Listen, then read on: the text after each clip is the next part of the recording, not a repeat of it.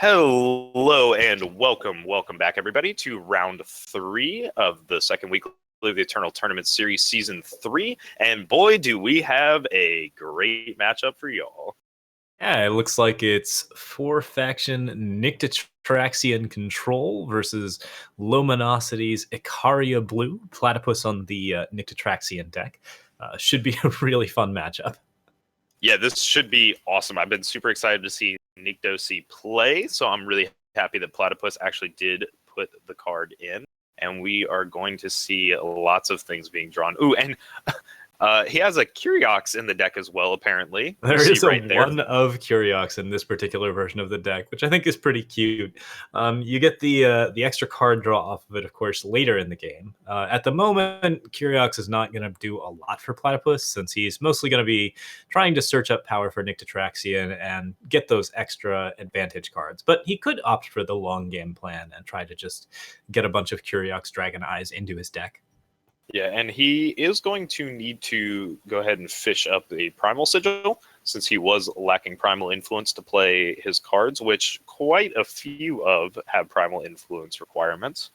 Yep, that Find the Way, really useful for picking up that particular card. I'm also seeing Tundra Explorer. Oh, so like right away I'm like, oh, there was a Tundra Explorer in his deck, but yeah, no, it's a Nyctotraxian creation. So a pretty decent card for Plate to be playing early, since he's got those second sights, although he's probably going to want to end up using those on Yeah, and interesting, Tundra Explorer actually can be decently relevant in this matchup, since it is like a low body. If it doesn't get dealt with right away, Platypus's deck is made up of quite a number of spells.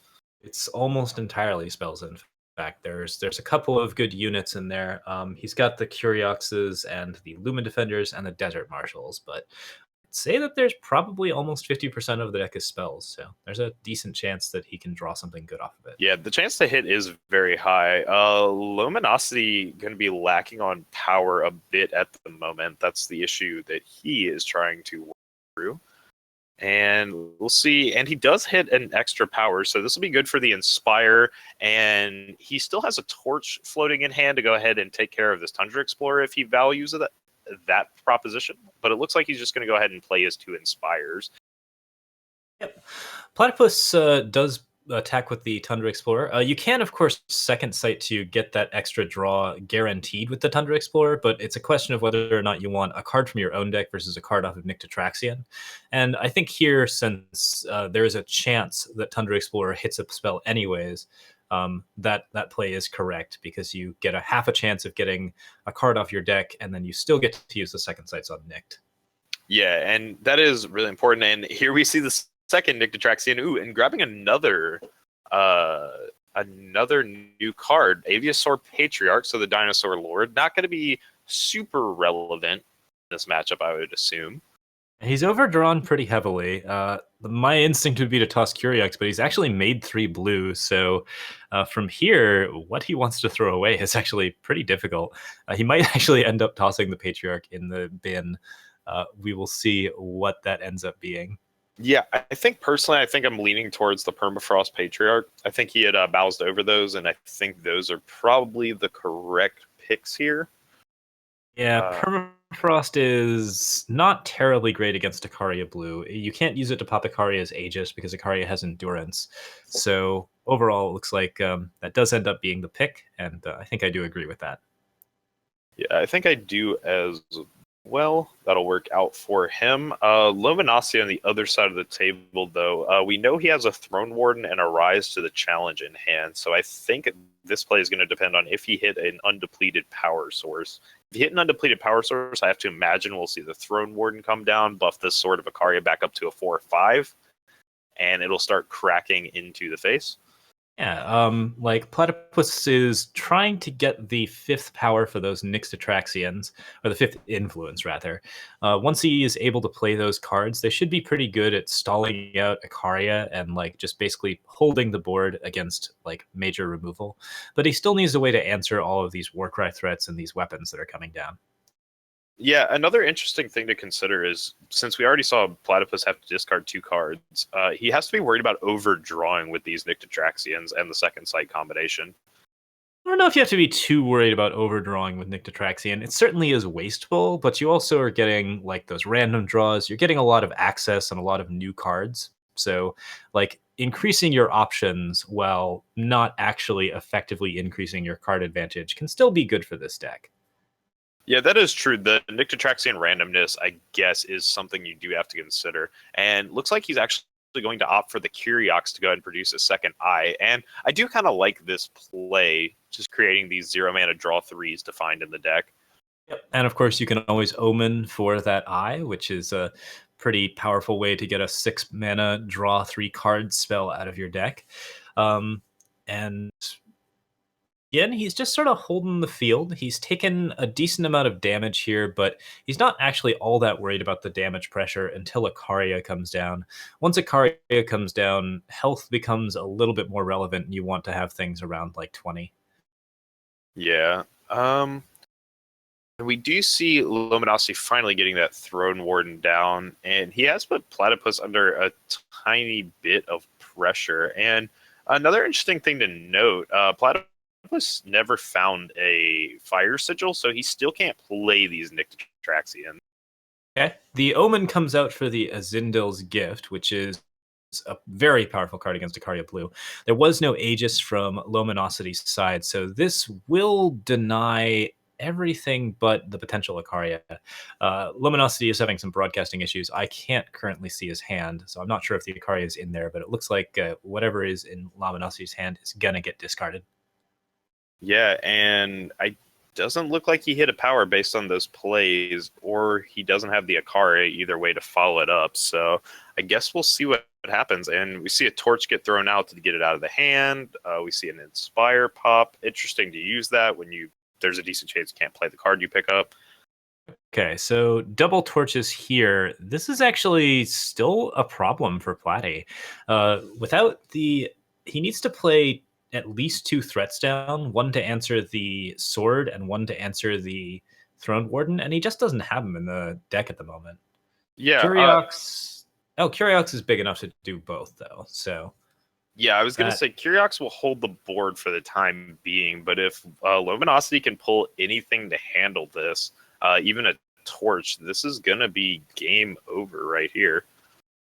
Yep, a torch, a vanquish, even a harsh roll would be enough. But instead he draws a Seat of Order. Yeah, getting the seat down. At least Akari is online, so yet another live draw.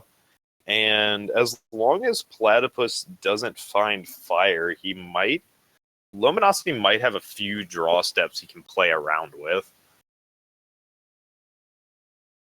It looks like...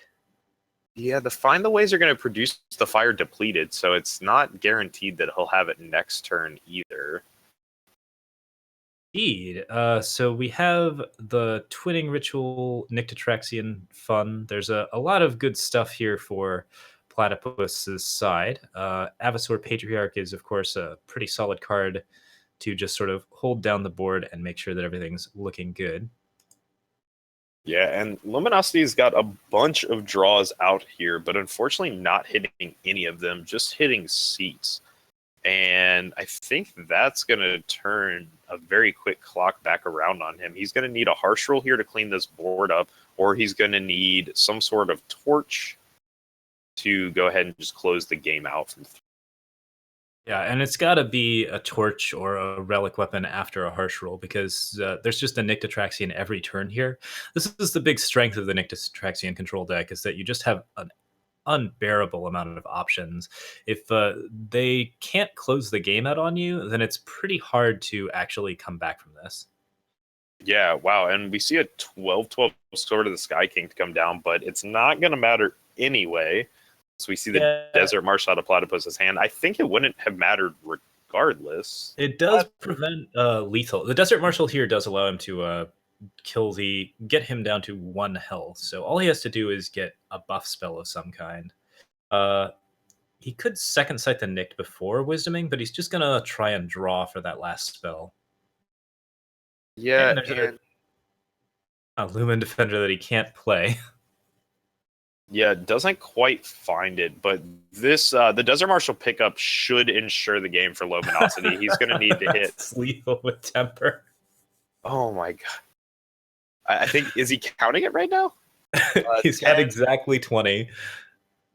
Yeah, I think he realizes it now that he sees the temper pickup, and yeah, temper going to be the card that gets the game done with. It was game regardless, actually, for Platypus, but cute to see the temper come out and go ahead and put it away a turn earlier there. Yep. Harsh Rule would have been the out there for Luminosity, but unfortunately, since Platypus had picked up the Desert Marshal, even the Harsh Rule wasn't going to be enough, since the Desert Marshal would have just been ambushed in. So if you're looking for a list like this, we have one up on RNGEternal.com. The Nyctotraxian control deck is a ton of fun. There's a lot of interesting stuff going on with the deck, and it looks like we are looking at sideboards now. Cersos and Auric Runehammers, and a lot of interesting cards to be putting in or out. Yeah, definitely a lot of cards here. What do you think's coming in here, Pojo? Well, he's taking out some harsh rules. I'm guessing those Auric Runehammers are going to be in the deck as a counter punch to any sort of armory type stuff that comes down. Something to kill off the Throne Wardens and also just basically knock an Auric Runehammer off of your opponent. Looks like he's going to keep the decays as well for pretty much the same reasons. So looks pretty good. Yeah, certainly. And then on Luminosity's side, let's go ahead and check out his list. I'm looking for this Akaria Blue, and let's see what's in the sideboard. Throne Wardens are coming out of the Nyctotraxian control deck. So a little bit less health gain, which may be relevant or may not be, depending on what ends up being played. I'm not sure if I agree with that on account of the fact that they give him that extra health gain and also allow him to deal with weapons a little bit easier. But perhaps with the Auric Runehammers, he's feeling he's got enough on that front. Yeah, perhaps. We'll see. We'll see how that ends up playing out. Out of the Akaria Blue deck in the sideboard, we see 2 Backlashes, a Borderlands Waykeeper, 2 Islands Favors, 2 Lightning Storms, 2 Lightning Strikes, a single Vanquish, a single Violent Gust, 2 Furnace Mages, a single Starsteel Die Show, and a Stone Scar Maul. And Yeah, unfortunately, you can't see the player's sideboard. I would expect a lot of those weapons to come back in. The violent gusts aren't terribly helpful here. It's a nice way to counter flyers, but all of the flyers in the Nyctotraxian decks are giant dragons that just don't care. So the Vanquish is probably going to come in since it's a very good answer to Nyctotraxian, but we'll see what happens there. Yeah, definitely would like to see the Vanquish coming in. It's hard to say what to sideboard against these Nyctotraxian decks. Maybe the Backlashes. I guess that is something. Try and shut off some of their draw or some of their sweepers. Backlashing So we might see some. A second sight does basically prevent a draw too. So Backlash has a lot of good targets. Wisdom of the Elders, Twinning Ritual, and Second Sight are all draw 2 cards that you can easily get a 2-for-1 advantage out of Backlashing. Yeah, gonna see some use out of those, I have to imagine. But I think we're about to jump into the next game, and I'm really excited to see this post-sideboard Nyctotraxian control deck. Got a Staff of Stories and a Nyct in the opening hand, but the power influence looks a little bit wrong, so Platypus is going to throw it back. We have Twinning Ritual and Wisdom here, and this looks like a pretty strong hand for Platy. Yeah, this does look like a nice little start for him. He's definitely got some draw and the Twinning Ritual, so this is a good hand for him. I mean, he can afford to be slower in this matchup. Now he's just going to be looking for the Nyctotraxian off the top of his deck to start facilitating the draw game plan that comes with the card. Yeah, that early decay will buy him a lot of space, a lot of breathing room against the early threats of Lominosity, mainly the Auric Runehammers and the Sword of Akaria. Wisdom of the Elders here gets him draws, but he does still has to hit a gas card, and there it is. It's Nyctotraxian. Yeah, we see Nyctotraxian coming in, and we're going to see the Twinnings start hitting it to try and produce something. And Obsidian Golem, not a bad little pickup right there. Yeah, probably going to see this card. Probably going to see this Katana go by the wayside. Not nearly as important as the body itself on the board. Yeah, it's nice to have that extra card draw, but Platypus is already full up on cards, so playing down the Obsidian Golem and either twinning or using Find the Way will get him access to a lot of extra stuff here. And Platypus is just looking pretty solid. He's got 4 of his 5 colors. Nyctotraxion is already like going just full engine, and he picks up an extra green here for Harsh Roll and for Auric Runehammer. Yeah, and I'm liking these plays so far. Everything is nice. I like Platypus's decision right there to use Find the Way to grab the extra power instead of trying to play twinning, since he knew he was going to overdraw anyway. Yeah, I also like that he picked up the Justice. You want to secure the necessary influence for your other cards before you secure the influence you need for Nyctotraxion. The Shadow here is just barely a splash, and you're always going to pull into Seeks or Find the Ways to get that kind of extra influence going. Yeah, we'll see if he's able to find the Sigil in time when he gets the Azimdal's Gift, or if he has to seek the Azimdal's Gift, because that card is super good in this matchup. Luminosity Rising, quite possibly for an Ikaria, could be a Starsteel Daisho or a Stone Scar Maul. We don't have a good idea of what's in his hand right now, or maybe you can see it, but I cannot. No, unfortunately, his hand cam is down, so we're a little bit in the dark here. But Platypus has that Lightning Strike that he picked up, and looking like he's in a pretty solid position right here. Picks up a Seek Power, so that will get him his Shadow Sigil. So he will have these Nyctotraxions online for the next turn. Question here is whether he wants to seek for Shadow now, so he can play Nyct, or double Wisdom, and it looks like he's definitely going to do the Seek. Yeah, and I think I definitely agree with the Seek here. I think you need to start pressuring and putting threats on the board, and I like this Decay right. Looks like a very, very strong card. There's not that many cards in Lominosity deck that are worth decaying, and just basically effectively gaining 9 health is just a crazy, crazy swing. It's a very, very strong choice, and now that he's got the Nyctotraxions down, he's going to be able to block off the Icarias when they do end up coming down. Yeah, and he opts for the middle Nyctotraxion here, playing the 9/9. What order do you think you would play these Nyctotraxions in? It's a very minor detail. I like the middle ground here. It both means that you have something that's larger than sort of the Sky King, and also gives you the baiting out of the removal spells. So he can play his 8/8 if he wants to, but I think the 10/10 is probably the better choice here. Well, now he goes for the 8/8, and I don't see that that's necessarily wrong. This deck does run a lot of removal. So if he can hold on to the bigger Nyctotraxions and keep them for second sights and twinnings, then he can make even bigger Nyctotraxions. Yeah, very true. I think the 8/8 was okay there as well, since he wasn't able to play Sword of the Sky King, and that really was the big threat that you would be worried about dodging. Passage of Aeons is a pretty strong addition to the list. Platypus is just going to draw cards here. He's going to avoid playing another Nyctotraxion so that he can just set up the second sights and get a little bit more value out of that card before playing it. This does risk like an Ikaria play, but overall it looks pretty strong. Lominosity attacking first with the Valkyrie Enforcer and then with the sword. Stormlink seems like a perfectly fine play here and does counter that extra aggro. Yeah, gonna take care of that. Although we do see Lominosity follow up with the torch to save the Sword of Ikaria. So you see him holding on to that, and Platypus gonna have an interesting choice here. You can second sight and Passage of Eons, which is a pretty solid way to get the Sword of Ikaria off of the board, or he can just ignore this damage. He's not really very heavily pressured right now, so if he wants to play a unit, he can, but otherwise he's got Celestial Omen open, and Celestial Omen can pick him just about any card that could end the game. Yeah, this is very true. I think I might have liked to have seen Curiox come down there, honestly. I think Curiox would have been a decently hard threat for Luminosity to deal with, since we've already seen 2 Vanquishes come out, and Permafrost would be the next card that he might lock down, but that shuts his sword offline. So, also, Permafrost actually can't hit Curiox because Curiox has Endurance. So, all right. Platypus pulls a Decay out of his hand.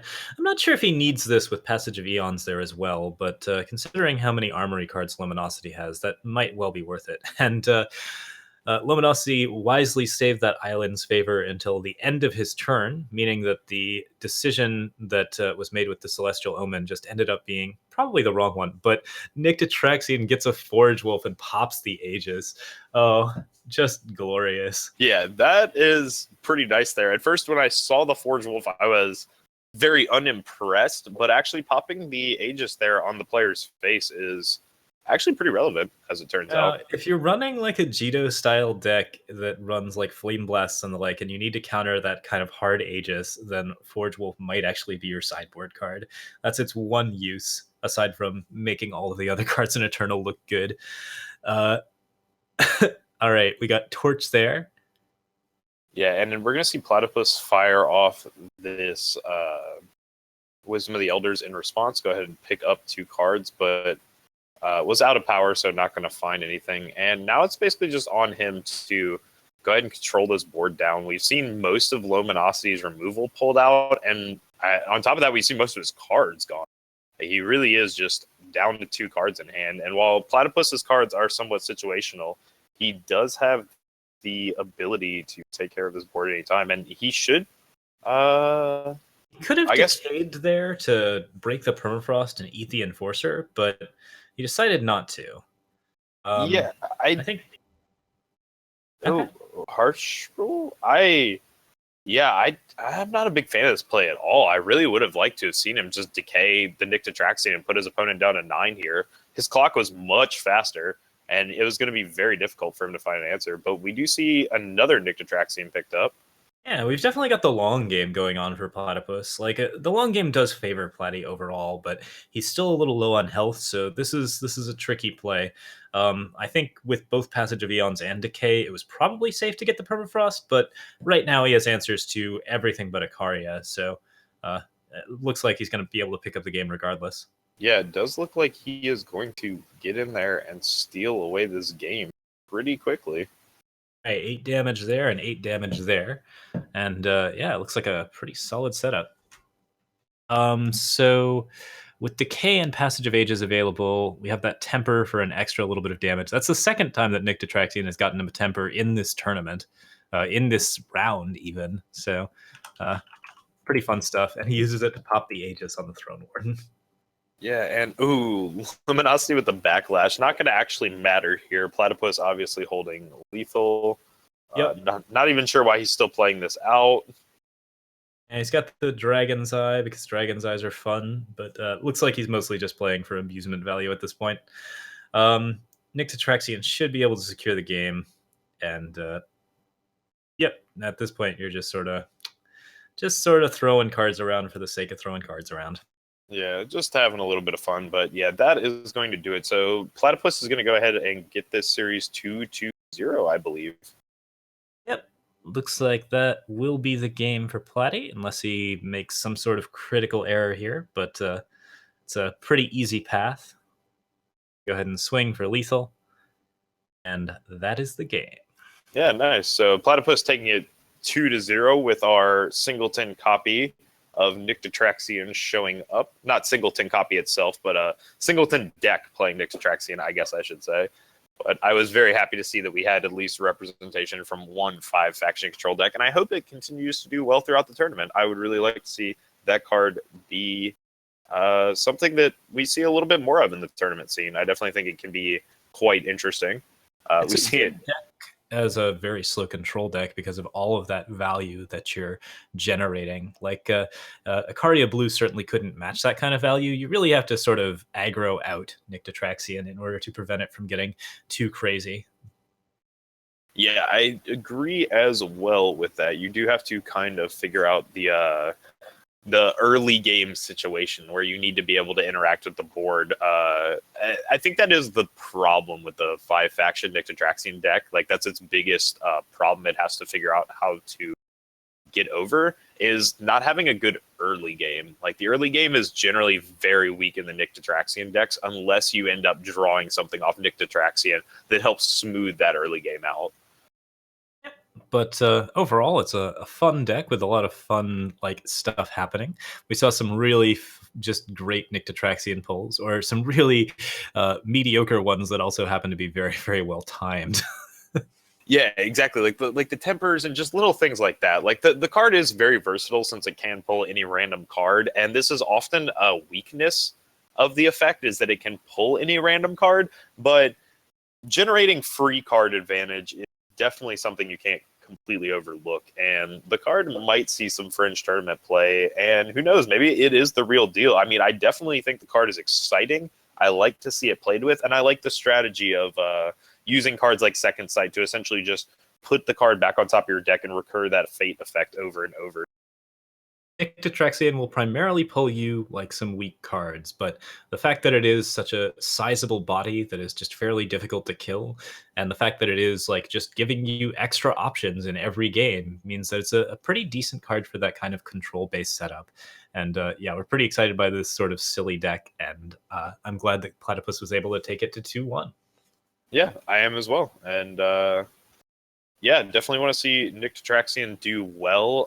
This is definitely the like format for it. Like you do want to play it in these slower control decks, and I do think that the ETS tournaments have a bit more of the slow meta since we can. I know last week was a lot of Stone Scar Burn, but I think this week definitely shows that we've slowed the meta down a little bit, seeing a lot more control decks. Don't even think we saw a Jito deck be submitted this week.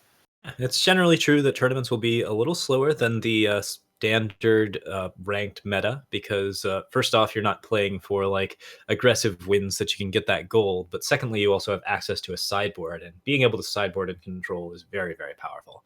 So anytime that you can slow your deck down a little bit, that's usually going to be okay, unless your opponent takes an extremely aggressive deck into the tournament. Even then they stand a chance of getting run out by one particular type of control. So, yeah, I think it's a solid choice to bring in a control deck to trump other control decks, and we'll see how well that does for Platy in the future. Yeah, we will